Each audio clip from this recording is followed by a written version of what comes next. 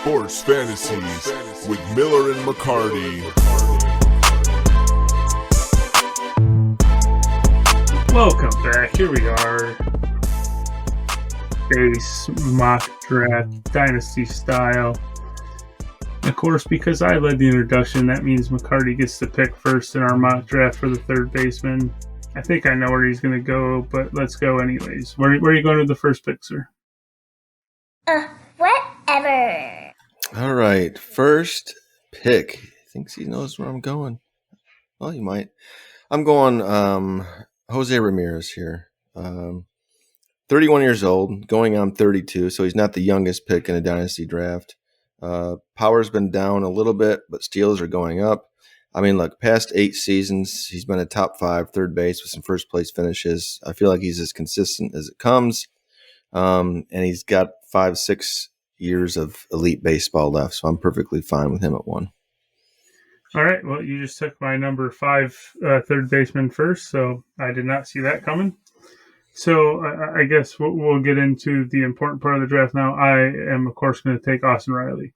I just told you a couple of seconds ago that I am heavy on the Braves hitters, especially.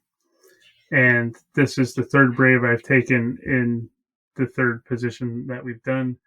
I would have taken Riley first. I didn't think you were going to take Riley first. I thought you were going to take another guy. But Riley, of course, had a monster year last year. Probably more of a monster year major league-wise than points fantasy-wise. I mean, he had a decent year of the points fantasy-wise, but I think he's only going to continue to get better as he grows. Still young, just outside of the mid-20s, or in the mid-20s. So he's 27, yeah. Here's my only problem with Riley. You pretty much said it there. He has a huge year, but it doesn't translate to, I mean, very good in fantasy, but he's never had an elite fantasy season. So to me, I had him 4 on my list. I definitely like him a lot. I just think there's a little bit of what you see is what you get with Riley. He's going to put up 35 homers. That's what he does every year. Decent batting average. But look, consistency isn't a bad thing. I just don't think he has that elite ceiling of some of the others. All right, next I would go Rafael Devers, another 27-year-old. Kind of similar to Riley. He's going to get you 35, 40 home runs. Doesn't strike out a lot. Not going to get you stolen bases. But again, a guy that's going to safely finish top 10 for the next 6-7 years. And the guy I thought you were going to take first. Is it? Yeah. So at number 4 here, I'm going to go young, and I'm going to go Gunar Henderson from the Orioles. And again, this is probably more off potential than anything, but I believe he's a guy that could be 4 or 5 to possibly even 5 when you're talking about the points per game style that we do. At 22 in Baltimore, that's a young and exciting team as well, who I think is going to just continue to develop. And the one thing Baltimore typically does is they're patient with their guys. So even if they struggle a little bit, Baltimore lets them kind of work through it. And I believe they'll continue to do so. So I like Gunar Henderson a lot. Yeah, I actually had Gunnar ahead of Riley. I had him at 3 on my list. I like him Gunnar's also 3 on my list. All right, next up, semi-young guy, the brother of somebody we talked about on the second base one. I think they're brothers. Is that what we said? Josh Young. Yeah, our brothers, yeah. 26. Like he's great defensively, so he's going to continue to be in every play, every inning guy there in Texas. He got some swing and miss issues like a lot of others. But again, a guy that's going to get hit for decent average. He's going to get you 30-plus home runs. I think he's a pretty safe floor most seasons. Yeah, has a great first name as well. So yes, big absolutely. fan of Josh.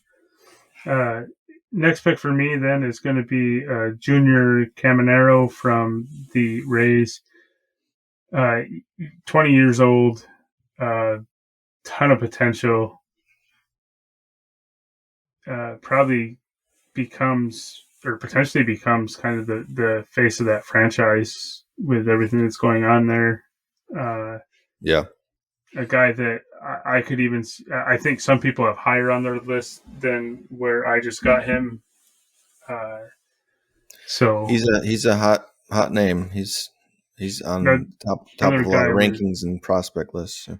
yeah, another guy with 5 tool potential. So All right, I'm going young as well. Next, the third base, you had to go young once you get past a certain point. So, Nolvi Marty, out of Cincinnati. He's 22 years old. People were down on him a little bit, but I'm not sure why. He's performed at every level. He's in Cincinnati, the Reds Park. Everybody seems to hit home runs there, and his power is by far his most intriguing tool. But he does have enough speed to get you 18 to 20 stolen bases as well. So I think pretty good production there in Cincinnati. yeah, no, he was on my list. Probably where I would have went if you didn't take him.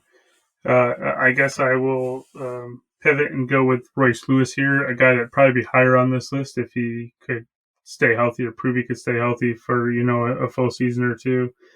Another guy that has 5 tool potential, and is going to play every day if he's healthy. That's a big if, though. Health has been a major concern for Royce, and I'm hopeful that he stays healthy, but I guess I need to see it to believe it. Yeah, I mean, I had that in my notes here. It would be a lot higher if it weren't for the injuries. I mean, at the end of the day, when he's healthy, he's elite. Yeah, he's like a 5 point per game guy in our scoring system.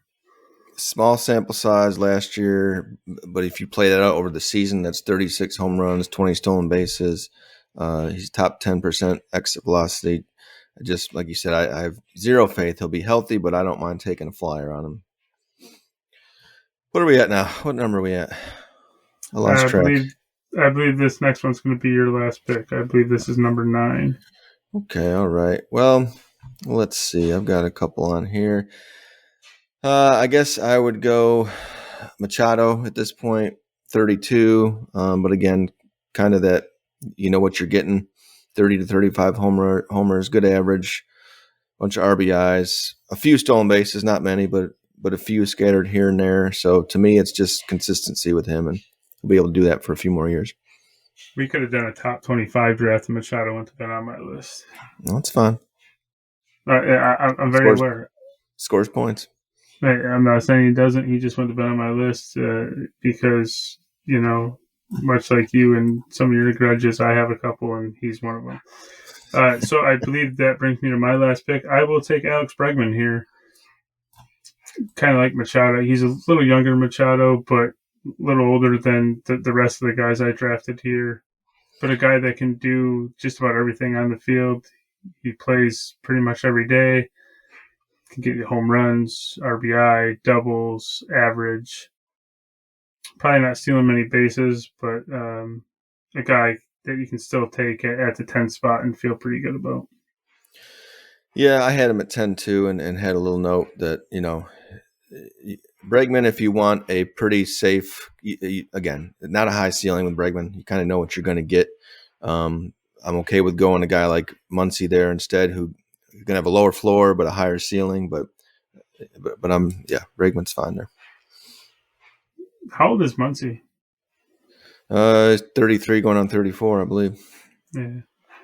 The only guy on my list that wasn't mentioned here was Brett Batty. And I really put him on here just because this is Dynasty.